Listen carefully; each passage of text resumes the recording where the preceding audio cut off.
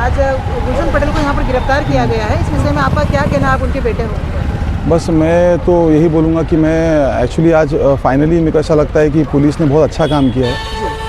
मतलब मैं बहुत खुश हूँ मैं इस चीज़ को लेके। और मेरा एक और रिक्वेस्ट है पुलिस से कि एक और आदमी है जो मेरी मम्मी को तो उन्होंने अरेस्ट किया है, लेकिन असल जो मेन कल्प्रेट है वो ये है आतिफ आरिफ्ता से जो मेरा भाई है, वो भगोड़ा बलात्कारी जिहादी, उसको पकड़ना बहुत ज़रूरी है क्योंकि उसने लोगों की लड़कियों का जीना हराम कर रखा है। इसका एक ग्रुप है, पूरा गैंग है, ये पूरा प्रॉपर मिलकर ऑनलाइन बुलिंग, साइबर बुलिंग, गंदी गंदी गालियाँ ये लड़का करवाता है। तो इसको पकड़ना बहुत ज़रूरी है और मैं बहुत खुश हूँ कि मेरे को ऐसा लगता है फाइनली हम लोग को शायद इंसाफ मिलेगा भी, क्योंकि हम लोग भी बहुत टाइम से पुलिस स्टेशन के बहुत नेता लोग के पास जाके हम भी बहुत धक्के खा के हम भी थक गए थे, लेकिन बहुत थैंकफुल हूँ मैं कि पुलिस ने आज ये कार्रवाई की है। ऐसा क्या कारण है कि आपकी माँ की गिरफ्तारी पर आपको खुशी हो रही, मतलब ऐसा क्या किया है उन्होंने? मैंने पहले भी कई बार मेंशन किया है कि मैंने जब मैं बोलता हूँ लोगों को कि इतनी गंदी ये औरत हमको गालियाँ देती है, तो लोग उस यूट्यूब पर ये सब जगह पे आकर कमेंट करते कि कैसा नालायक बेटा। मैं उन लोगों को बोलना चाहता हूँ कि एक बार तुम लोग ने वो ऑडियो सुने हैं जो वो औरत ने मेरे को भेजी है?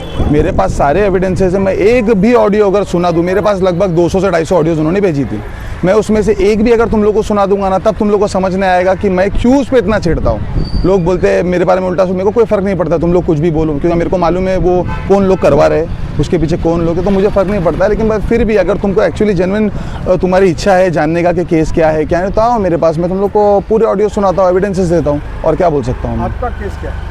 हमारा केस, मेरी वाइफ को कांस्टेंट हैरेसमेंट चालू है, बहुत टाइम से हैरेसमेंट चालू है। एक बार हमने केस किया था, कुछ वीडियो कौन सा हमने किया था अपने 2024 में भी हमने इन लोग पर एक केस किया था, जिसके रिटेलिएशन में इन लोग ने हमारे ऊपर फेक एक्सटॉर्शन की केस की है। आज भी मेरे पास एफआईआर की कॉपी है। मेरी वाइफ तभी प्रेग्नेंट थी 2 महीने से। मैं बोलता हूँ इतना बड़ा क्राइम करने से पहले तुमने एक बार नहीं सोचा, अरे मेरा मम्मी से सवाल है कि तुम माँ नहीं बनेगा? एक औरत जब प्रेग्नेंट होती है उसको कितने सारे इश्यूज रहते हैं, कितनी परेशानियाँ रहती है, कितने उसके मूड स्विंग्स रहते हैं। तुमने एक्सटॉर्शन की झूठी केस कर दी हम लोग के ऊपर। मेरे को ये औरत से कोई भी सॉफ्ट कॉर्नर नहीं है, कोई, मेरी बस इच्छा है कि एकदम स्ट्रॉन्ग एक्शन लिया जाए दोनों पे, माँ बेटे पे, ये जो डुओ है। तो मतलब बहू पर ही प्रताड़ित करती है वो घर में एक? हाँ, और पूरे हमने एविडेंसेस दिए। योगी जी के नाम से लेकर उसको गंदी गाली देगी, वो यूपी से है, उससे तुम्हारा क्या लेना देना है? मेरी वाइफ है वो। तुम राजे गायकवाड़ कहते रह रहे, हम कुछ बोलते हैं क्या? हमको जब डेमोक्रेसी है भाई, तुम्हारी इच्छा है, तुम किसके साथ भी रहो, हमको कोई इशू नहीं है। तो हमारे शादी करने पे या हमारे चॉइसेस पे तुमको इतनी प्रॉब्लम क्यों हो रही है? वो क्या खाए, वो क्या पहने, वो किसको पूजे, किसको कोई कौन से धर्म को फॉलो करे, तुम कौन होते किसी के डिसाइड करने वाले? तुम अपनी ज़िंदगी देखो ना, तुम धर्म इस्लाम ये इतना करते हो, तुम कौन से बहुत 100% वो रास्ते पे चल रहे हो? धर्म की तुम इतनी बात करते हो, दूसरों की लड़की को लाकर इतनी गंदी गाली देना, उसकी इज्जत के साथ खेलना, उसके रिलीजन के साथ खेलना, उसको बीफ खिलाना, ये सब कहाँ अलाउड है? वो बताओ ना मेरे को। जब आपने कानून से मदद मांगी, पुलिस स्टेशन में आए, आपने एफआईआर करवाई होगी, तब पुलिस ने क्या मदद की आपकी? पुलिस ने हमारी एफआईआर ली थी, पर पुलिस ने हम थोड़ा टाइम लगाया था एफआईआर लेने। उन्होंने हमारी एफआईआर ली थी, लेकिन उसके इमीडिएट बाद वो औरत आके एक्सटॉर्शन की केस ले रही है। तो क्या पुलिस का ये काम नहीं था कि थोड़ा तो इन्वेस्टिगेट करे? क्योंकि खास करके एक लेडी जिनका पूरी फैमिली इनकी चोर है और क्रिमिनल्स लोग हैं इन लोग, ऐसा तो नहीं कि मैं अकेला जानता हूँ, पूरा मेरा अंदर जानता है। तो पुलिस ने एक्सटॉर्शन की केस, एक लड़की जिस पे एक एनसी भी नहीं है, वो लड़की के ऊपर एक्सटॉर्शन की केस लाने से पहले एक बार नहीं सोचे। मैं आज बहुत खुश हूँ कि चलो पुलिस ने आज बहुत अच्छा कार्रवाई किया। मैं देख रहा हूँ बहुत दिनों से मुझे भी फ़ोन आ रहे हैं कि बहुत पुलिस अपनी कार्रवाई एकदम अच्छे से कर रही है। लेकिन मेरा ये बोलना है कि जब लास्ट टाइम मेरी वाइफ पे एक्सटॉर्शन क्या बेस पे लिया गया था, अगर कभी खुदा ना खास्ता उसको पुलिस उठा लेती, क्योंकि अच्छा है कि हमने बेल ली, वरना अगर हम लोग को उन लोग अरेस्ट कर लेते, कुछ कर लेते, कहाँ जाता मैं? मेरी वाइफ 2 महीने से प्रेग्नेंट थी, कौन जवाब देता अगर उसको कुछ हो जाता तो ये औरत जो बैठी है ना अंदर, ये उसकी जिम्मेदार थी, और आज ये अपने सही डेस्टिनेशन पे पहुंची है जहाँ इसको पहुंचना था।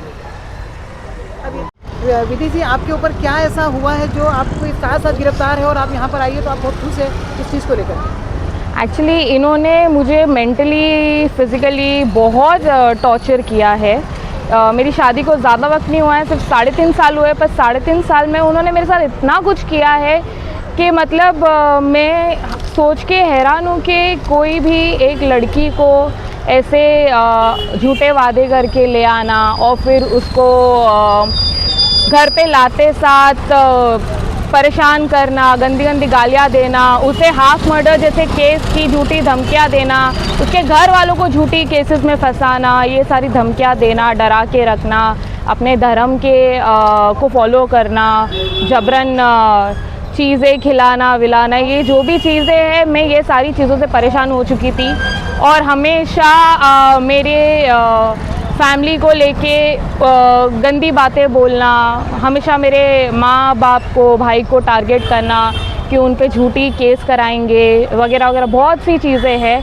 और इन्हीं चीज़ों से परेशान होकर 2024 में मैंने इन पे एक केस फाइल किया था। उसके बाद इन्होंने कुछ ही दिनों बाद, जैसे मेरे हस्बैंड ने बताया, इन्होंने मेरे पे एक्सटॉर्शन का, मेरे और मेरे हस्बैंड पे दोनों पे ही केस किया था। हम उस पे से बेल लेके आए थे और उसमें साफ लिखा भी था, जैसा मैं हमेशा बोलती हूँ कि कोई एविडेंस नहीं था। जज ने साफ लिखा है कि इनका कोई भी एविडेंस मिला नहीं एक्सटॉर्शन का। और उसके बाद जब उनकी बारी आई थी बेल लेने की, तो वो पता नहीं उनको क्या हुआ, उन्होंने आके माफ़ी मांगी। और मैं भी उस वक्त प्रेग्नेंट थी, तो मैंने सोचा जान दो, अभी जो हुआ वो हुआ, फ़िलहाल मुझे अपनी प्रेगनेंसी पे फोकस करना है, ध्यान देना है, मेरा पहला बच्चा है। तो हमने वो मैटर सेटल किया एंड देन हम उनके साथ रहने गए। रहने जाने के बाद हम वहाँ 4 से 6 महीना रहे उनके साथ, पर वही फिर से वही तमाशे, झगड़े, गाली गलौज।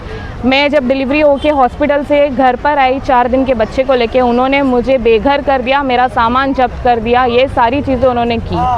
तो मुझे वही है कि एक औरत, उन्होंने तो 4 बच्चे पैदा किए, तो उनको पता नहीं कि जब एक लड़की हॉस्पिटल से आती है तो फिज़िकली उसकी बॉडी कैसी होती है और वो उसकी स्टेबिलिटी क्या होती है उस टाइम पे।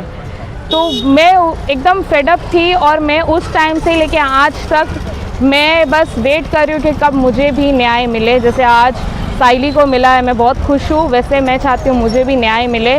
और साइली का हस्बैंड भी मैं चाहती हूँ जल्द से जल्द गिरफ़्तार हो, क्योंकि मुझे नहीं पता वो क्यों मेरे फैमिली मैटर्स में, मेरी पर्सनल लाइफ में वो क्यों इतना इंटरफेयर करता है, इतनी गाली गलौज। वो भी सेम अपनी माँ के जैसा ही जो कल्चर है उसकी माँ का, वो सेम फॉलो करते आया है।